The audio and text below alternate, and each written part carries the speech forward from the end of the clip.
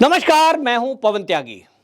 मेघालय के पूर्व राज्यपाल सत्यपाल मलिक वो मीडिया में आकर ये कह रहे हैं कि सरकार ने मेरी सुरक्षा घटा ली है, मुझे Z+ सिक्योरिटी मिली हुई थी, लेकिन अब केवल एक सिपाही दे दिया गया है और वो भी कुछ दिनों से मेरे पास नहीं है।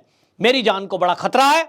और वो कहते हैं कि मैं आतंकवादियों के निशाने पर हूं, क्योंकि जब केंद्र सरकार ने धारा 370 हटाई उसके बाद कश्मीर में मैं LG बनकर गया था और इसलिए मैं आतंकवादियों के निशाने पर हूं।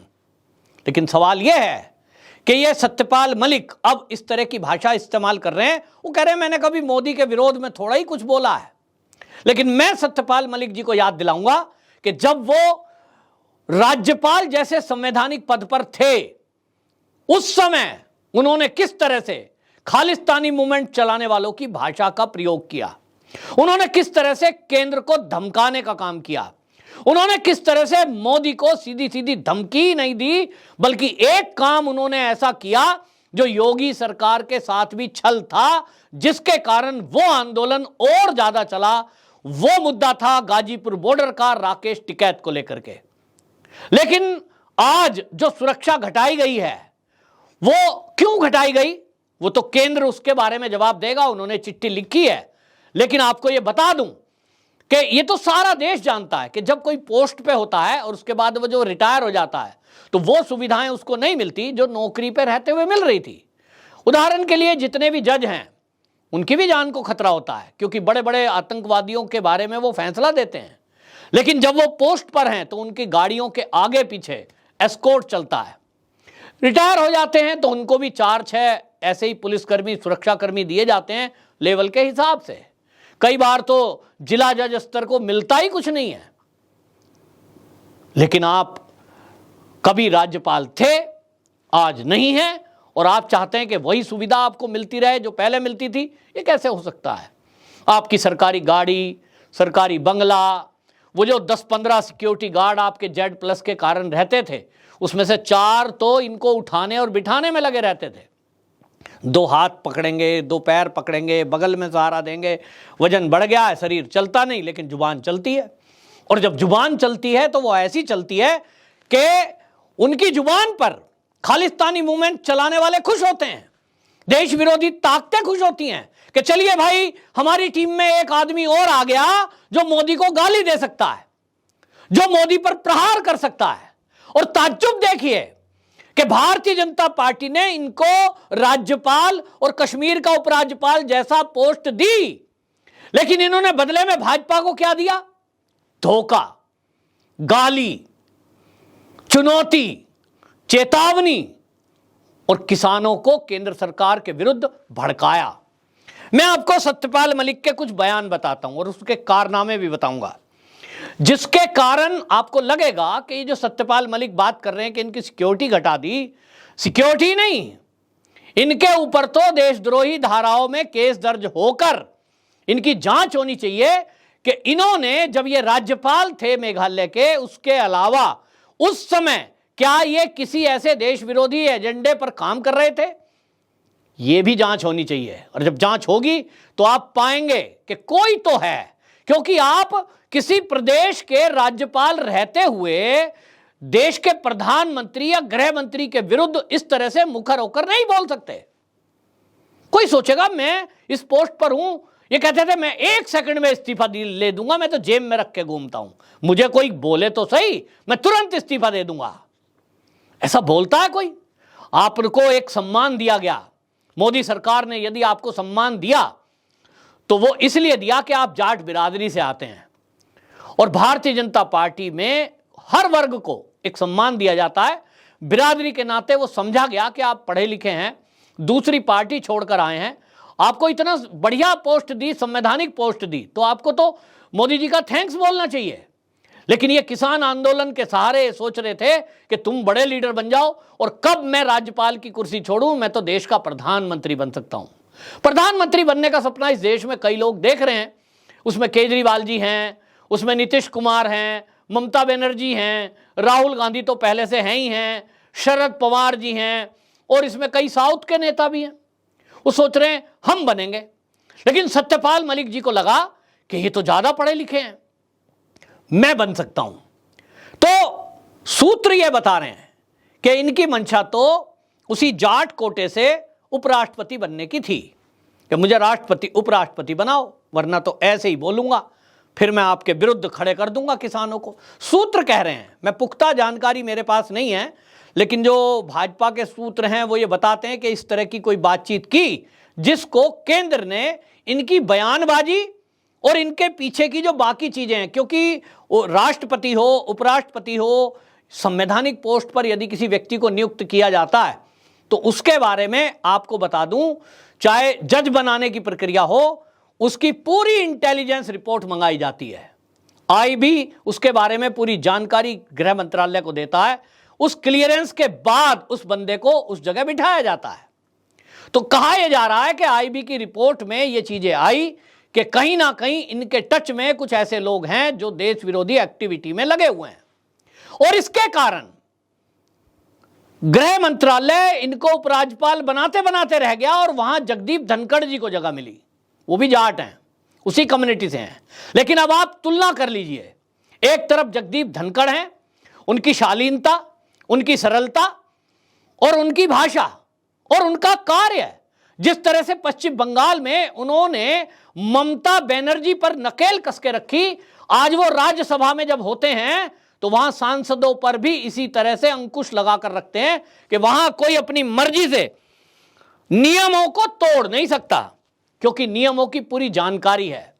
अब आपके सामने दो हैं, मैं पूरी जाट बिरादरी को कहना चाहता हूं कि एक तरफ सत्यपाल मलिक हैं आपके सामने, आपकी बिरादरी के, और दूसरी तरफ हैं जगदीप धनखड़। दोनों में कौन अच्छा लगता है आपको? भाजपा ने दो में से एक को चुना, जगदीप धनखड़ को चुना, तो क्या वो गलत निर्णय किया भाजपा ने?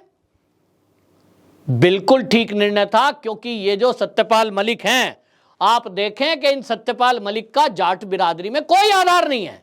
ये बात अलग है कि किसान आंदोलन के समय ये जाट नेता बनने के ख्वाहिश में जगह जगह आंदोलन में जा रहे थे, और क्या भाषा ये इस्तेमाल कर रहे थे? ये कह रहे थे कि जाट और सिख इनको कोई हरा नहीं सकता, और वो कह रहे थे कि मैं एक पल में इस्तीफा दे दूंगा। मैं मोदी जी से मिला था तो मैंने कहा कि भाई ये किसान हैं जिसमें जाट और सिख बैठे हैं, तुम इनको नहीं जानते, इनको ले दे के कुछ भेजना, खाली हाथ मत भेजना, वरना ये वो हैं जो भूलते नहीं हैं, ये विदेश में जाकर भी अपना बदला लेते हैं। वो इशारा कर रहे थे इंदिरा गांधी की हत्या के बारे में, वो जनरल वैद्य की बात कर रहे थे। तो ये इन्होंने हिंट दिया, तो ये मोदी को धमकाना चाह रहे थे। फिर इन्होंने किसान आंदोलन में जो किसान मरे उसको शहीद शब्द बोलते हुए ये कहा कि हमारे 600 किसान शहीद हो गए। हमारे मतलब आप राज्यपाल थे एक राज्य के, आप हमारे शब्द इस्तेमाल कर रहे हैं, आप सरकार के प्रतिनिधि हैं, या आप किसान बनकर किसान आंदोलन में बैठे थे? लेकिन इन्होंने भाषा इस्तेमाल की, और कहां बोला इन्होंने? 8 मई 2022 को जयपुर में ग्लोबल जाट सम्मेलन था, वहां इन्होंने इस भाषा का इस्तेमाल किया, और कुछ खालिस्तानी मूवमेंट चलाने वाले लोग वहां मौजूद थे, उनकी तालियां बटोरने के लिए इन्होंने जो शब्द इस्तेमाल किए उसको भड़काऊ कहा जाएगा।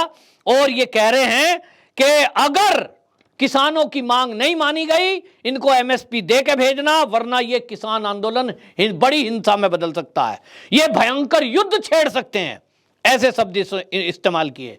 दूसरा, इन्होंने अडानी पर भी प्रहार किया था। जैसा आप देख रहे हैं कि कांग्रेसी हो या खालिस्तानी मूवमेंट चलाने वाले, उन्होंने भी अडानी और अंबानी को टारगेट किया। यही काम ये सत्यपाल मलिक कर रहे थे। दूसरा, आपको बता दूं, ये इन्होंने अपने आप बोला कि मुझे केंद्र ने यह कहा है कि तुम यदि चुप रहोगे तो हम तुमको उपराष्ट्रपति बना देंगे। आप सोच सकते हैं कि जो मोदी को समझते हैं, जो संघ को समझते हैं, क्या वहां व्यक्तियों की कमी है उनके पास कि उपराष्ट्रपति बनाने के लिए उनके पास आदमी नहीं है? और वो इनको कहेंगे जी चुप हो जाओ।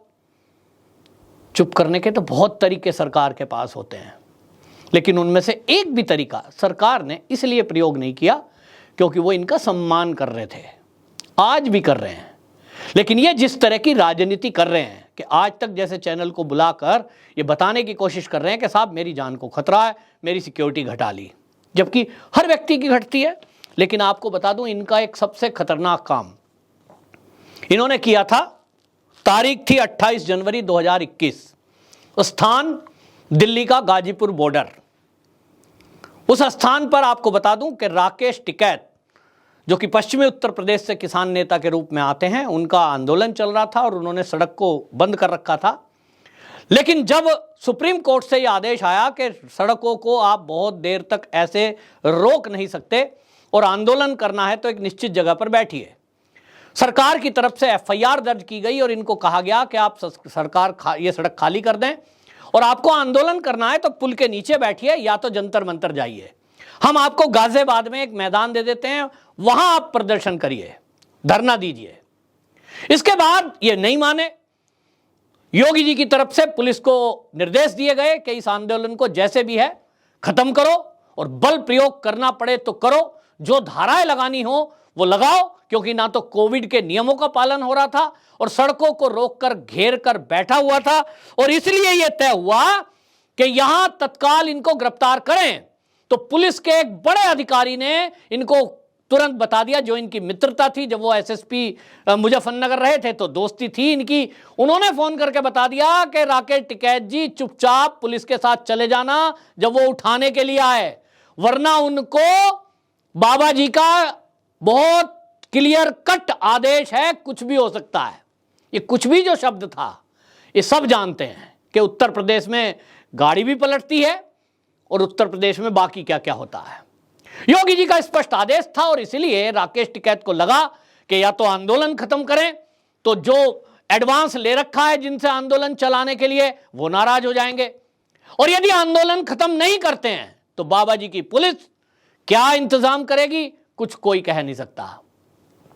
ऐसे टाइम में जब गिरफ्तारी होनी थी, मीडिया मौजूद था, सारा लाइव चैनल पर आ रहे थे और हमने सबने देखा कि वहां मुट्ठी भर लोग रह गए और ये हो गया भाई आज आंदोलन खत्म। पुलिस स्टेज पर पहुंच गई, राकेश टिकैत ने घोषणा कर दी कि भाई हम तो जो है ये आंदोलन आज यहीं खत्म करेंगे, मैं आत्महत्या कर लूंगा, इस तरह की बातें बोली।